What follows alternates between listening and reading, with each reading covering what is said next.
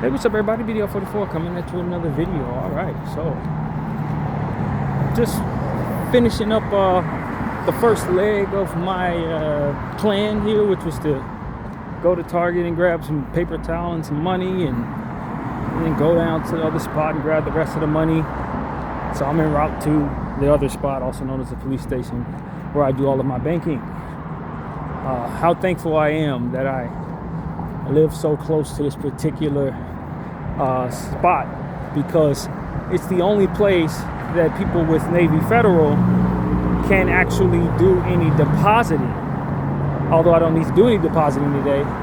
I think that's the strangest thing in the world when you consider how big Los Angeles is. You'd have to go all the way to Hawthorne to get that done if you want to. Otherwise, you need to be here. So if I lived in Hollywood, if I lived in Wilshire, I would still need to go here or Hawthorne just to deposit anything in my account. So yeah, that it's in walking distance from where I'm at is a huge blessing. Because where I used to live and other places I was at, it was pretty far away. Now, of course, I lived in Inglewood last, so Hawthorne ain't that far from there, but it's just the point, man. It would be great if they opened up more places for people to be able to deposit things. You can extract. You could definitely get transactions in that way, but actually put money in the bank, yeah, you would better either be where I'm headed or, again, Hawthorne, which is very inconvenient when you consider how massive Los Angeles is. So headed here now. It is probably like roughly about 2 o'clock, and I'm just enjoying this weather, man. It's a nice Sunday. Of course, I want to hurry back by 4:30 to do my Bible study, but this is a great leisure walk for me. And yeah, man, it's a good day to be out. Definitely a good day to be out. As I was telling you guys in the last video, it's about to rain a lot next week, according to what it is I just saw, and that sucks. It's just straight up and down. That really sucks. Rain, I'm not a fan of it. I know a lot of people do like rain and all of that, but no, I don't like being wet unless I'm intending to be. Especially when it's cold outside, a lot of germs pass back and forth with that. I'm not very pleased with this weather that's coming up, but and it probably, it's going to keep me in the house, because I'm not going to be doing all the stuff I normally do unless I absolutely have to get out in the rain and do it. So yeah, man, I'm looking forward to that. And it seems like it's going to rain for like 5 days straight, according to what I see there. So yeah, we'll be dealing with it for the new year, and for Christmas. It's going to be rainy Christmas, I guess. But yeah, man, I'm feeling pretty good. Seems like my plan is going well.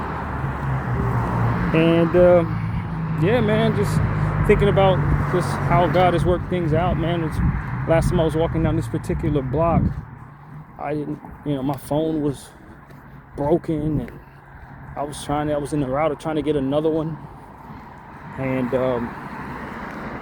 it was a very stressful situation for myself, because I didn't really know if I had the solution for myself. And there was a lot of different things going on that required me to have my phone, of course, including having this channel and doing banking, that kind of thing. So the Lord worked it out so I can get a phone, and I've enjoyed it. There's no adjustment since I went with the same type of phone, and it's what comes to mind as I'm walking down this block. And my circumstances, it was just a month ago, circumstances were not very good, and then I look back on my Google pictures where it shows you highlights of previous years, 3 years ago to this day, 1 year ago to this day.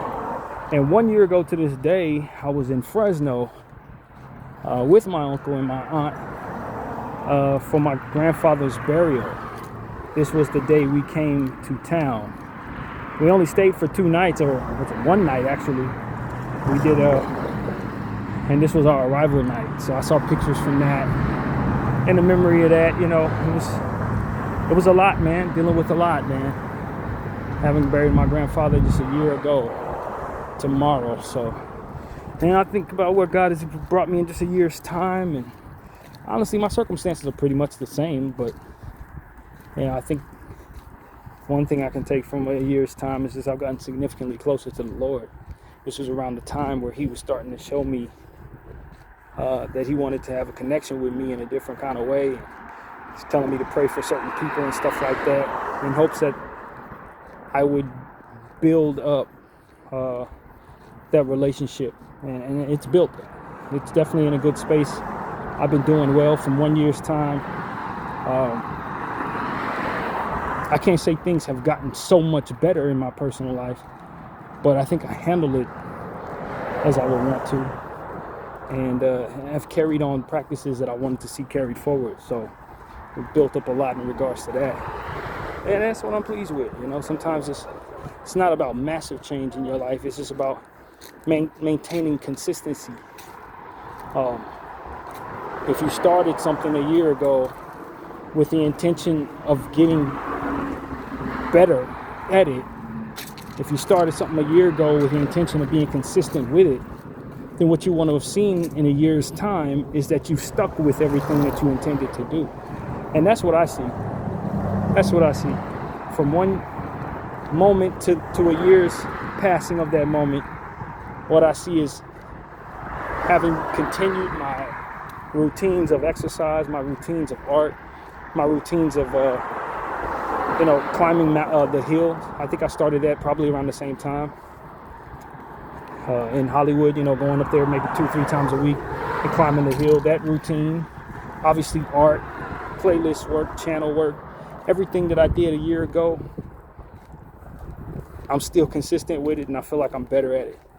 Added significantly more crunches to my crunch routine and my stretch routine, and all the different things that I do in my nighttime work that I was building back then. A year later, I'm doing significantly more and still at it. And so that's really what I can say for myself. In a year's time, I haven't seen too much change around me. I still live in the same position, still doing the same thing with that.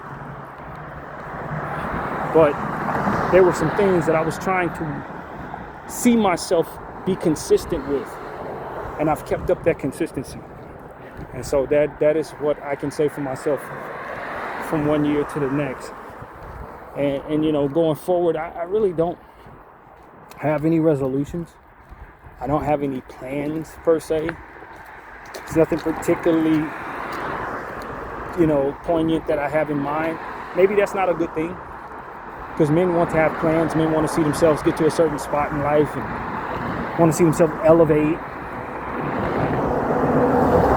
And so I don't know. I don't think I'm really wired like that. More so to say that I'm probably a little more content than maybe I should be. But I think what I am intending to do is maintain my consistency and continue to build on the things that I've set for myself and the purposes I've set for myself. And hopefully with continued practices in prayer, and my relationship with God will grow even stronger, that I will handle things that come my way that are outside of my plans even better, and that whatever's thrown at me, I'll be able to handle it a lot better than the last. And maybe some dreams can manifest from there, maybe some new goals can manifest from there.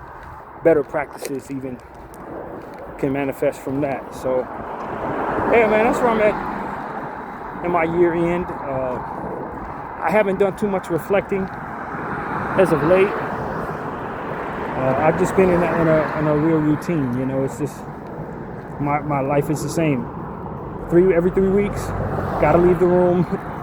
Gotta keep that routine. Make sure that everything's set up properly so that my living situation can be straight for the whole motel night or whatever.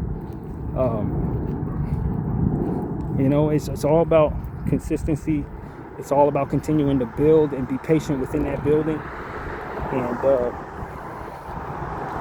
And this is how I stay well.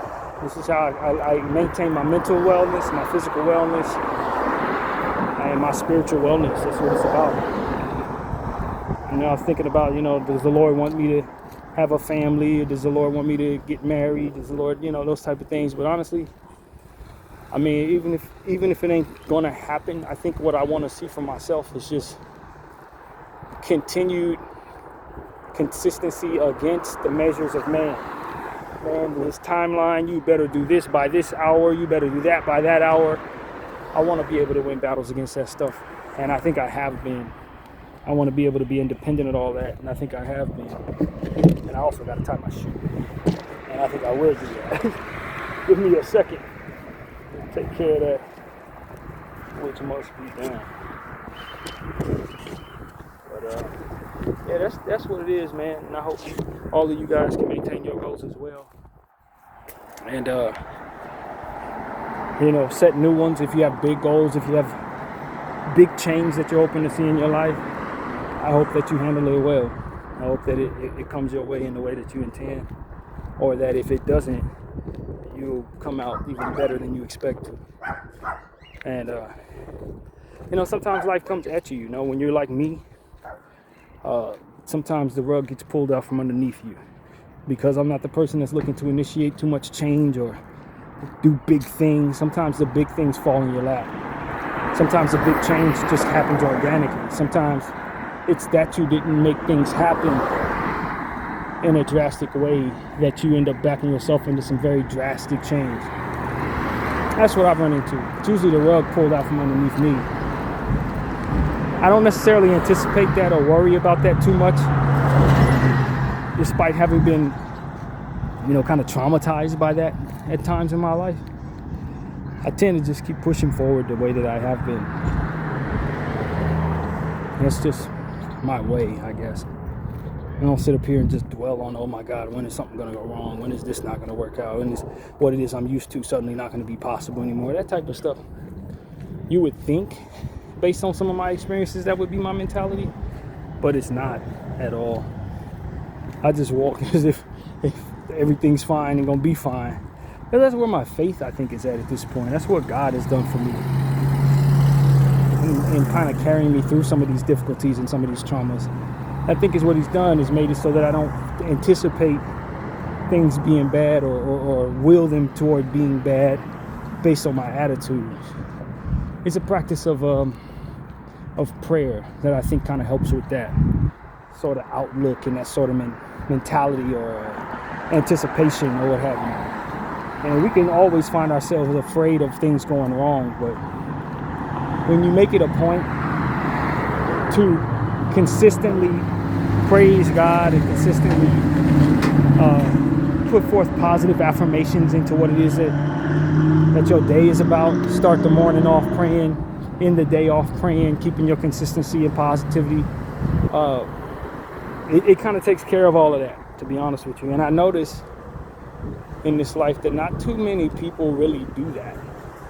Not too many people that I run into, maybe it's the area I live in, maybe it's just LA, but not too many people tend to be intentional on praying to God and speaking positively or thinking positively, practicing the art of positive affirmations and stuff like that. That's not really something that you see. People tend to be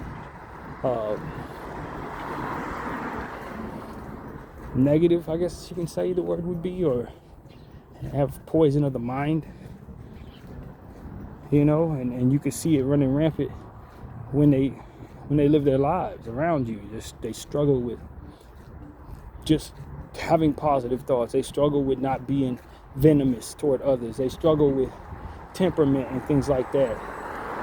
Or they have thoughts that lead them to what is considered sin.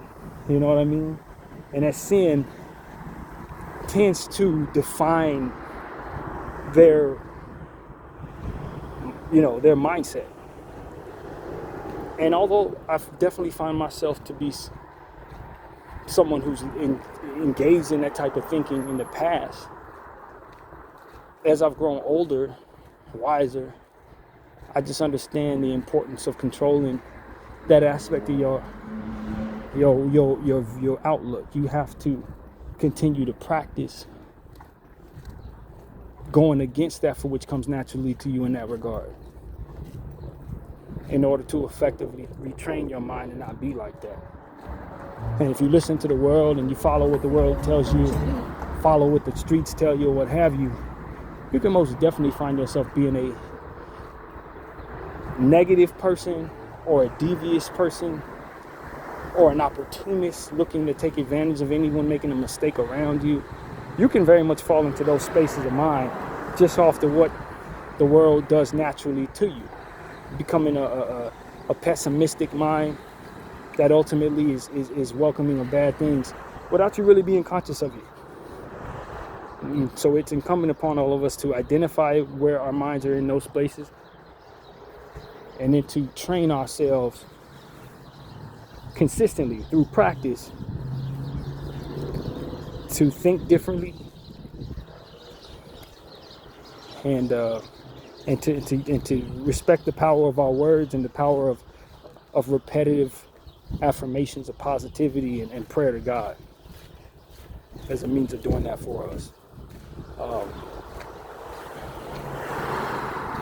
So that's really where my head went just now as I'm sitting here walking down the street in this beautiful weather. It's just understanding that I've done a good job over the last 5 or 6 years of retraining my mind away from negative practices and worldly mindsets, and start to really revamp my entire thinking. Positivity to prayer to consistency and affirmations of desire to be consistent, to be productive, you know. So I'm telling you, when I was a young person, my mind was filled with negativity, filled with sin, filled with, you know, poor culture, poor influence. Just really not good influence. There was still some love in there, for sure. There was still some godliness to me based on how I was raised. And, you know, I had good manners and stuff like that because I was raised a certain way. Respect for elders and stuff like that. That was always in my upbringing.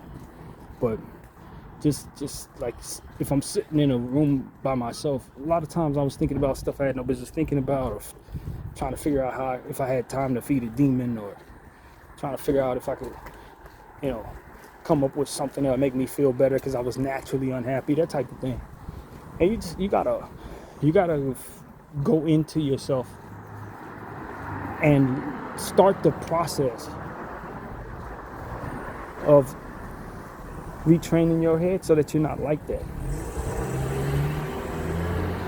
And you know, it's just like anything else that you practice. It's just like any other stretch routine or something like that. It's going to start off, it's going to feel uncomfortable, it's going to feel foreign, it's going to be painful. But then as you continue on that process, it gets easier and easier, and then it becomes second nature to you, and then you feel like you're uncomfortable if you're not doing it. And so just that's just the nature of becoming conditioned to really anything. And you know, that's really what it is. We don't see that the world by default is conditioning us to be the opposite of that.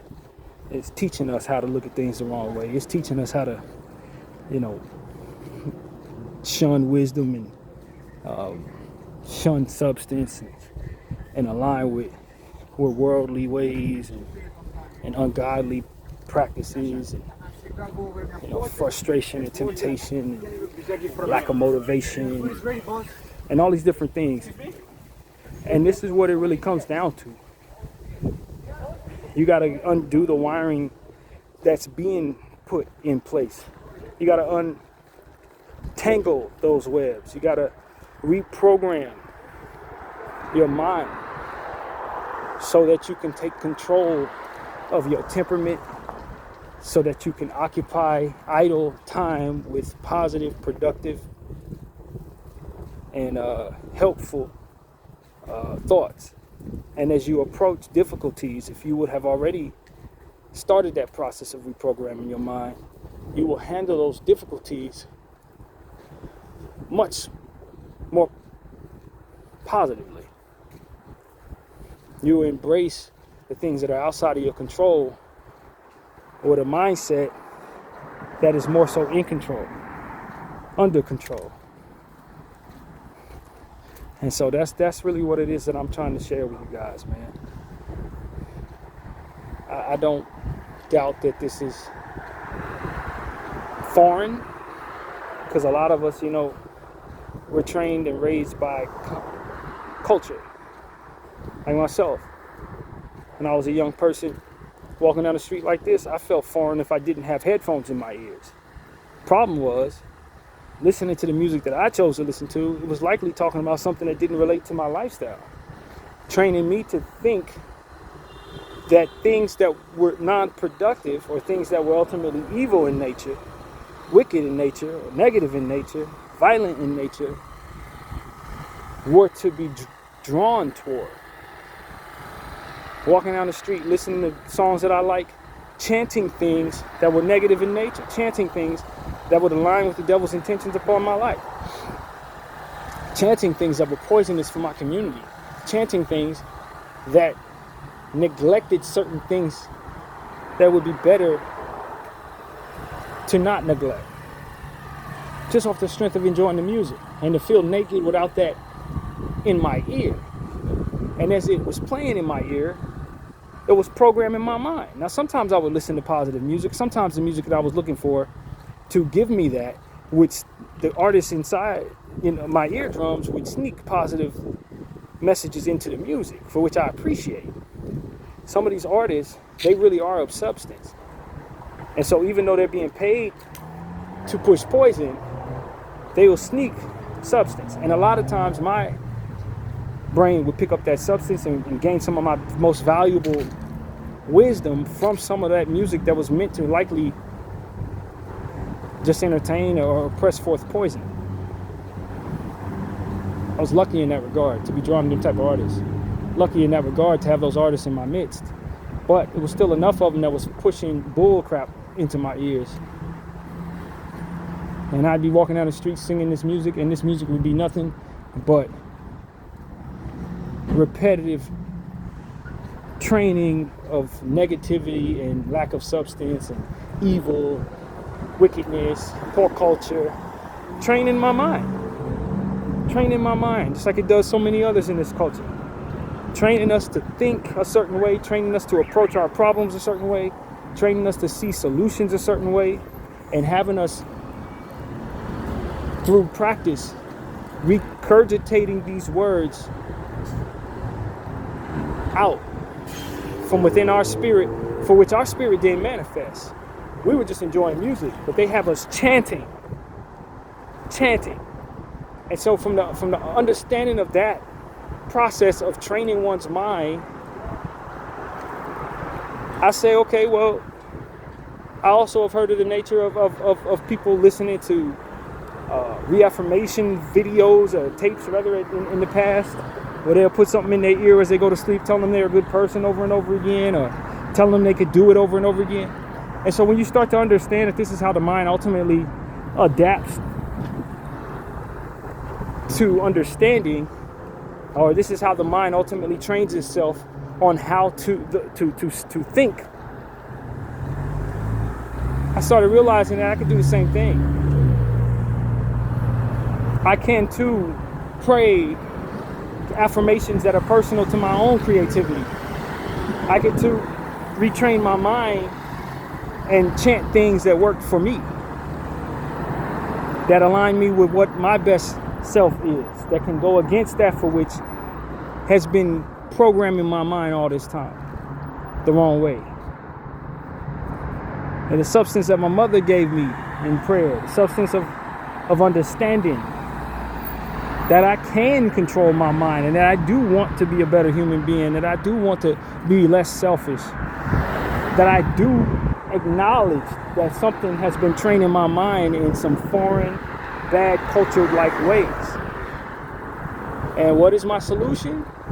To bring forth a different prayer, a different chant, so to speak. And that's when I started coming up with different things that I would often say twice a day. Every time I take a shower, I'm praying for somebody.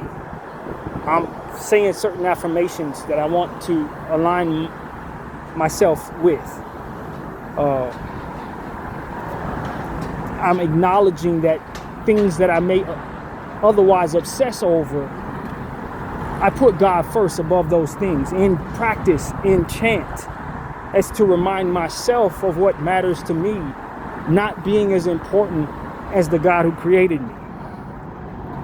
And asking that he insert in me a greater unselfishness than what comes naturally to me, than what otherwise has been within the programming of culture in my mind. Start understanding where my life is headed. And asking the Lord for the tools that I need to be at peace with the walk I'm in. I may not become famous. So, some of my affirmations have to do with being comfortable with not getting the applause that I deserve. Or not thinking I deserve applause that ultimately shouldn't be coming my way. Start telling the Lord, yo, I have made it a point to focus a lot of my intention on this, whatever this thing is. God, you are more important than this thing. Please help me with my fixation or obsession with this particular thing. You are before it. And in prayer, I want to communicate with you and acknowledge with you that this exists, that I value it, but it will never come before God. I'm acknowledging that it doesn't, and I'm training my mind to understand that it doesn't. At the same time, like, this is what I started doing. Shower time became prayer time, became mind training time, became unselfish development time. And that's just custom for my own walk. You may have entirely different things that you need to work into your equation. That's just for my own mental health. You may have other things that you need to kind of work on to be your best self. And this is how you train your mind against that for which it's training your mind. Because in the Western world, America specifically, you best believe that they are spending trillions of dollars so that they can put into your mind what they want there. So that they can put chance into your system that ultimately you by default are ultimately complying to. Like, this is what matters, this is what doesn't. This is what I am, this is what I cannot be, this is what I must be. Just because you like the sound of the music, you are affirming to yourself repetitively, sometimes obsessively, whatever that chant will be. Whatever it is that they want in your head, you're going to put there. Not because you believe it, but because they're programming you to chant. And so when you understand the power of the chant and how that manifests your line of thinking, you can then take control of that and start chanting things that align with your moral compass, your intentions to be better, your practices in life, whatever your weaknesses are, trying to overcome them. Maybe reaffirming in your head what that looks like. If you have mental health concerns, maybe you are someone who doesn't like being around people, you can start to chant within yourself that you do like being around people, or can be a contributor to someone's life, or that you can be in these spaces and be comfortable, that you can find happiness in the spaces you otherwise would be shy to be a part of. Like, we got to start controlling our own chants, and we got to start identifying when we're being taught how to think, taught how to feel, or taught not to. Because that's really what it is. That's how the brain ultimately works. You affirm, you confirm, and then you believe.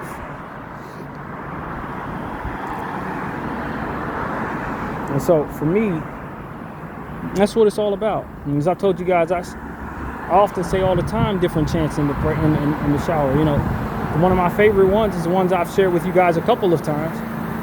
For the only applause I'll ever need is the beating of my heart from the two of the percussionists of you being God. And every bit of appreciation placed into others given to me is placed into them by love. So I ask that you use me as a means of showing appreciation to others.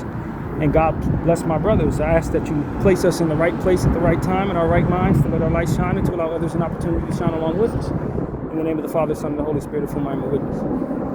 You know, or I'll say something else like, I speak life into my works as an analyst, life into my works as an artist, life into my playlist curation project, life into my words as a person. I ask you to prepare me to be a father of children and a father of nations. You know, that type of thing, like, so that I can be as confident as necessary in all of the different things that I'm attempting to do. You know what I mean? Say those things every day, twice a day. Praying for different people, asking the Lord to help them, asking the Lord to help you see them the right way, filtering everything that you have to say to others through Him so that for which comes out of you can be righteous and true. In a world where people are trying to avoid accountability, avoid truth, place false truth, so to speak, into people's minds and have them chanting those things or believing those things, valuing those things against their own intentions or will or compliance. No, taking back my brain. And I'm allowing the Lord in to suggest to me what chants I need to be chanting. I'm asking Him to bring me the tools, gifts of a divine nature of His choosing, self-manifested energy and respect. You understand what I'm saying? These are things that I often say so that I can be equipped with the tools necessary to carry me throughout my day in this environment, to carry me through my own mental health challenges and the weaknesses that ultimately are in place against my own compliance, maybe due to trauma, maybe due to these poor cultures, maybe due to something else that I can't understand fully, but is in place that I work against. Asking the Lord to help myself and help others, strengthen my relationship with Him, strengthen other people's relationship with Him. Placing the full armor of God over myself and others, pleading the blood of Jesus over myself and others, praying for people who pray like me, praying for people who don't, and asking the Lord to use us to His will. Like, these are the type of things that I'm saying every day in the shower. I'm improving my memory when I think of other people as I pray for them. Reaffirming my control over my brain against the cultures that are no good for me as already described. Prepping myself for whatever may be ahead. Asking forgiveness for my mistakes and for the accountability necessary and the strength to absorb that accountability as it comes. Like all of these things. Custom for me toward God for not only my betterment, but for the betterment of others as well. And as I stay in this practice, I maintain my stability of mind. I reaffirm my belief in something, a higher power, something greater than myself. And I work against all of the programming that's been in my head prior to me starting this practice. Putting something in my head other than what it is that they put in these songs, other than what it is that they put in my face consistently, repetitively, or whatever way it goes. And so that's what I want to share with you all, man. Take back your mind. Connect your soul to something greater than yourself, whether you understand or don't understand it.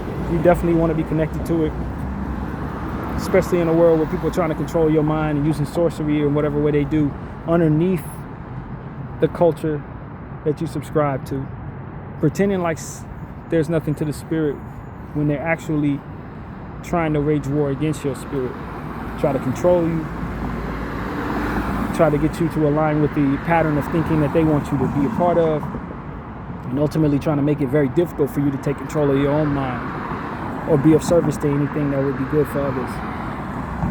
And so that's what I want to say, man. That's my point of view. I'll probably turn on this camera again when it's time to walk back, but I'm where I need to be. I appreciate everybody for watching BDF 44.